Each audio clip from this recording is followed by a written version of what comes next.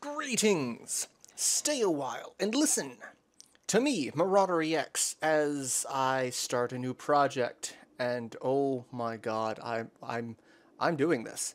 I am starting this project.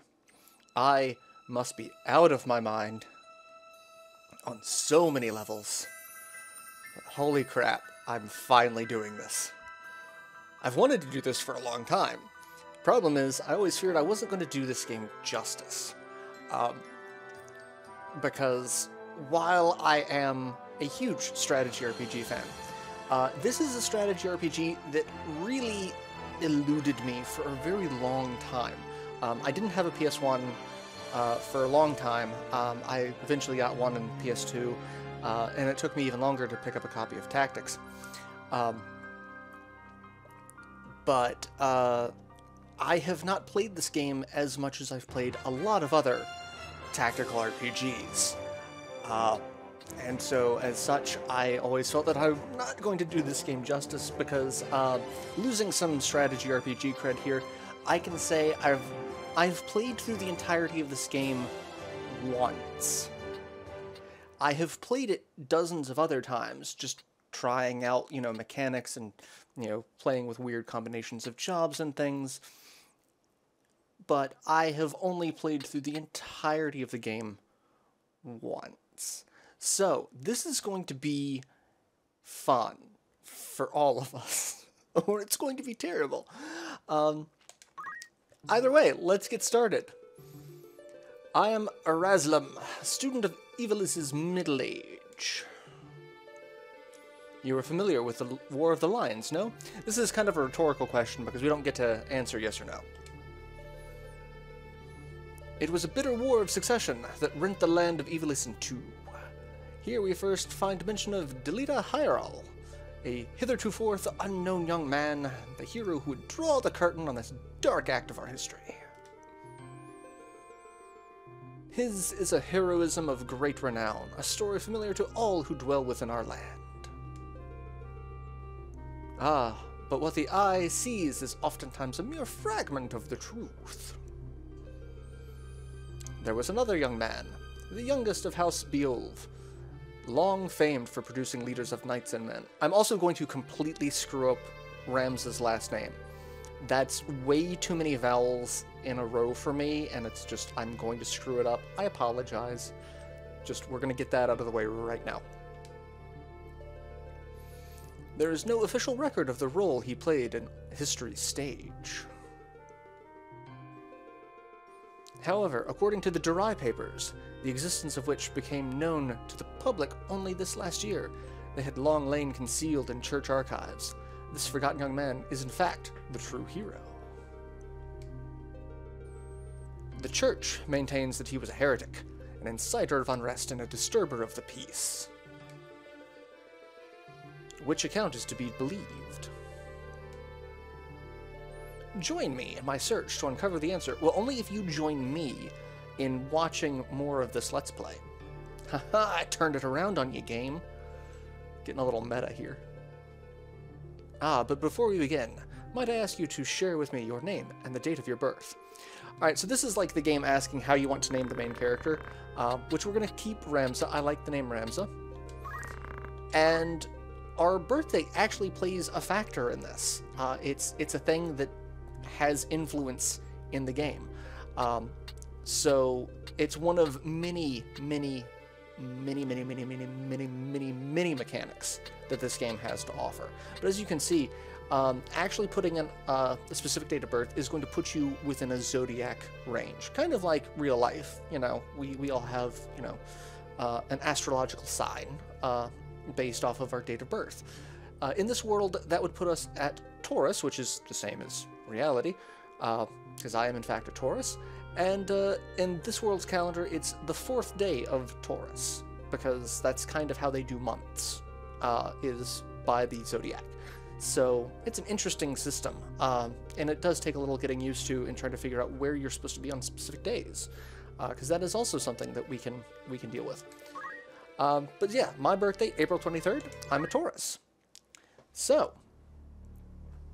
And we start. So I'm also playing the War of the Lions version, not the original version, which, ironically, I have a little more experience with the original than the PSP version, at least kind of. So I played through the entirety of the PS1 version, and the PSP is what I normally just go back to fool around with things and mechanics and you know, just remind myself of how amazing this world is. But I've not played through the entirety of War of the Lions. But I want to play War of the Lions this time because it does have some extra content, and I do kind of like the new translation. This is a very kind of Old English translation that makes a little more sense in some areas, a little less sense in others, but it was obnoxious for me in the original trying to follow certain groups and certain names because of how they were named and how they were addressed. Like the Death Corps or Death Corps. There were a lot of times that was just kind of oddly phrased, and it was obnoxious to me to try to follow it. So I gave up on certain parts of the story at that time. And yeah, this game, however, has a slightly different, I say slightly, a very different translation. So the Death Corps is the Corpse Brigade, which makes a little more sense to me, given, you know, their, you know, ideals and mindset. But yeah, so this game has a ton of mechanics, and I am going to just flat out say I'm not great at any of them. Like, I'm just gonna throw that out there. Again, I know I'm losing a lot of strategy RPG cred, but there's so much to this game that allows such a deep level of customization that it is so easy to break the game or to just completely screw yourself over in this. It is insane. And that's actually one of the things that I kind of didn't like about it originally, is there's so much being thrown at you, mechanic-wise. And it's just like, I feel like I'm overwhelmed. And so I actually didn't pick up the game for a while afterwards. After originally getting it and feeling like, okay, this is a little too much. A little too much for me. Because I don't like being overburdened with, okay, how much do I have to do mechanic-wise just to survive versus enjoying the game. So, but here we actually get into the game. We had the opening cutscene where some knights on Chocobo ride across the country. They're coming here to this monastery. We've got Lady Ovella and Agrias. Agrias is a knight who I love. I love Agrias. She's fantastic. And then we've got Elder Simon, who's the older gentleman there. Your escort has already arrived, Majesty. One also thing is, this game, we start off kind of not in the middle of the story, but after a series of events that got us to this point, and then after the introduction, we go back in time to see where it began, and then we'll actually get to this point. So it's one of those things that you gotta pay attention to, that, you know, flashbacks. Still in here, are you? It's been the better part of an hour. I hate that guy, Gafgarian. Such an ass. Mayhap bowed heads would less of it. See, like, that's the thing, like, I'm gonna be a complete rude asshole, and then, no, I'll... You would do well to waste less time on idle pleasantries. It's like, I'm a sellsword. I see even the noble order of the northern sky cannot rid itself of vulgar knaves. A guard captain in these rain-sodden hinterlands ought not to expect chivalry. We are in the employ of the order, not of it. So that's the thing. He is a sellsword. He's a mercenary. And he also really doesn't seem to like authority or pomp and circumstance. But yet, this is a princess that we're dealing with. Lady Avella. Like, that's, you kind of have to have a little bit of pomp and circumstance there. Alright, and as we are getting ready to leave, one of Agrias's knights comes barging in, telling us that we've been surrounded.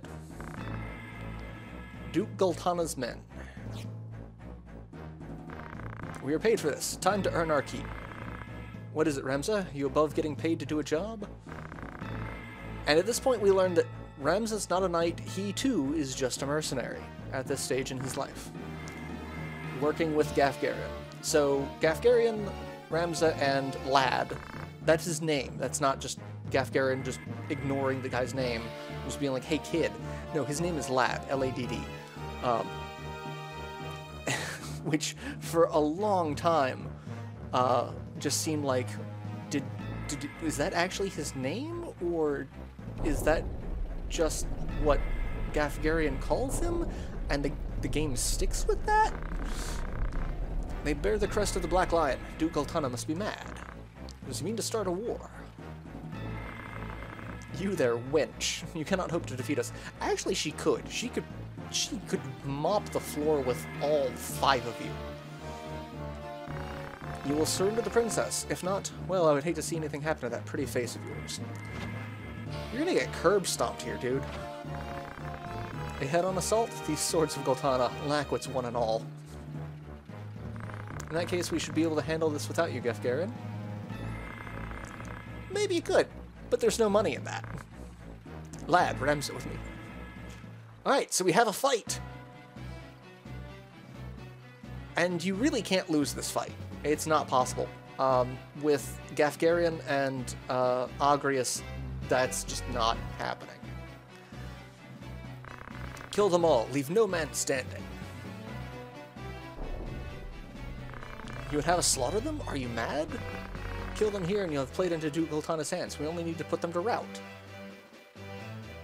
I find dead men rout more easily. That's probably one of the most badass lines ever, and I'm sad that it comes from him. Really don't like Gafgarian. But he is a fell knight, and we'll deal with a lot of the character introductions later. Especially since this fight really doesn't matter, because this fight is completely made up. Like I said, this is already in the game, and we go back in time. So like right now we have some abilities. I've got Focus, Rush, and Enchant. I may not have those abilities by the time I get to this stage of the game, because we go back in time. So this is all just completely freaking pointless. So yeah, but I am going to focus because that will increase my attack, since I can't actually attack any of them at the moment.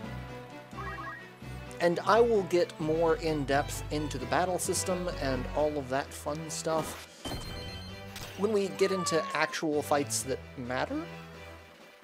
Because like I said, this is a fight that is impossible for you to lose. It's mostly just to set the stage. And there are a lot of mechanics in this fight that don't even take effect.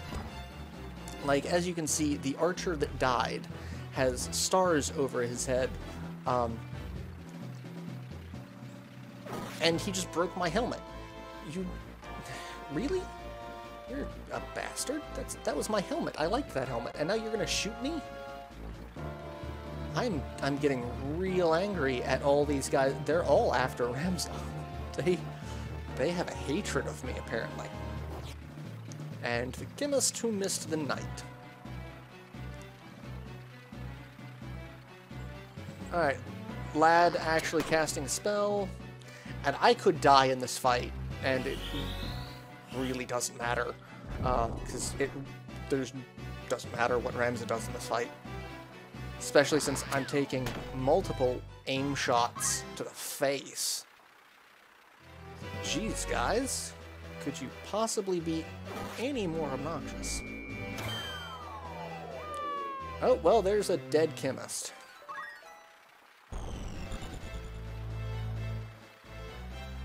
And you're gonna rend armor. Okay, so we're just destroying everyone's equipment. That's effective at this stage? Because it actually does lower his overall HP. So, like... However, he still had a shield. So that means I can't do anything to him. Well, I can. It just, he happened to get a lucky block. Ah. Again, so many mechanics, so little time. And you're trying to attack from the front, especially with a rend. Oh, missed.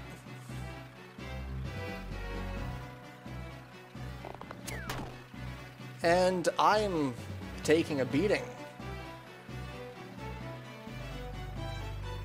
And I'm dead. Rems is dead. So, like, I literally have nothing else I can do in this fight. That's wonderful. Wonderful. I literally got 2 actions before everyone just kind of ripped me a new one. But this is a fun thing. Magic. Magic and hit allies. Again, I'll go into a lot of the in-depth of the story, or in the mechanics, as we go on. But yes, I've wanted to do this Let's Play for a really long time. I am scared out of my mind that I'm not going to do it justice, and it's not going to be as good as I could do, because I don't have, you know, as much familiarity, I don't have as much in-depth knowledge of this game as I do other games like Shining Force 3. I was able to just completely rock that Let's Play.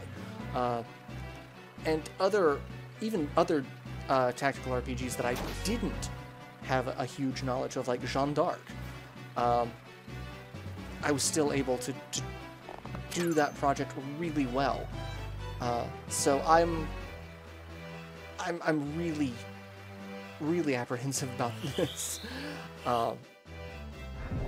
But I'm hoping to make this a fantastic project. Even if I spend the entirety of this first fight just face down in the rain. Just look at Ramza. He's just face down. Don't rend armor. I just attack him. You could attack him and you could have killed him by this point. Why are you resurrecting me?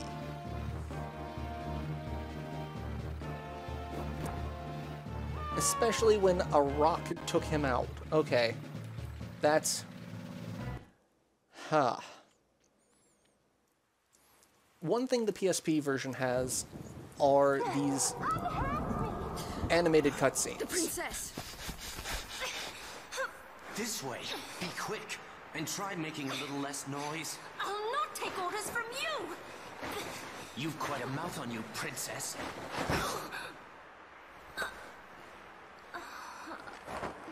Forgive me. 'Tis your birth and faith that wrong you, not I.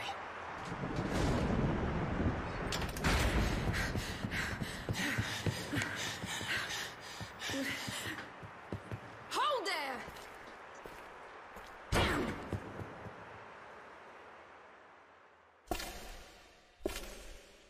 Is it truly him?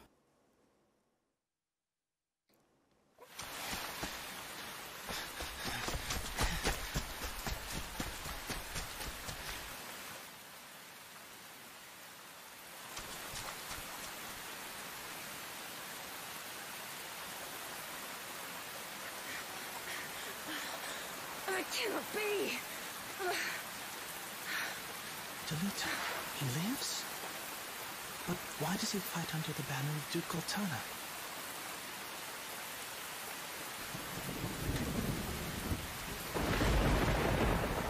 So yeah, the game has these kind of, like, I call them like storyboard cutscenes, or storybook cutscenes, because they have an interesting art style that looks like kind of like a sketch come to life. Records of the hero Delita first appear... I missed that. The loss of the 50 Years' War saw knights returning from the front stripped of livelihood, their fealty to the crown and nobility abandoned. Many became rogues and traitors, men donning the thief's cloak and plotting treason against the crown. So the war didn't go as well as they thought.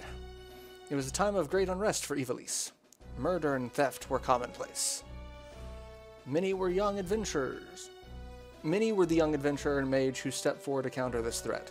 Of such, the city of Garland, too, saw its share. Chapter 1, The Meager. Alright, so yes, now we're back in time. This is the beginning. The Royal Military Academy at Garland.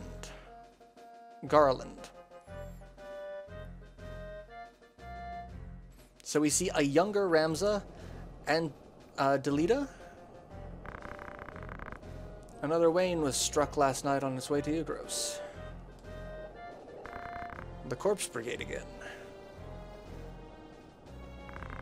I wonder where all this leads. Delita, what do you make of all this? Not sure. I have my guesses, but I'm listening. I think Duke Larg is coming to Garland. Not just the Duke, the Marquis Elmdor de Limberry. That's the first I've heard of it. This has not the sound of a state visit. All of Ivalice is in turmoil. Yeah, there's too few people in the Order. They mean to bolster their numbers with us. Everyone form up. And hey, there's a knight. The Order of the Northern Sky has an assignment for its Knight's Apprentice. As I'm sure you're already aware, the number of brigands roaming Gallion is on the rise. Gallion? Gallion. I think it's Gallion. Among them, the Corpse Brigade, a seditious lot with a grudge against the Crown. Rogues such as they must be dealt with. Who has been commanded to undertake an operation to eliminate the brigade. We will not be acting alone. The Order will be joined by, among others, His Excellency Duke Larg's Royal Guard stationed at Igros. This will leave Igros Castle undermanned, and your task will be to proceed there and support... So we're guarding Igros. That's the plan.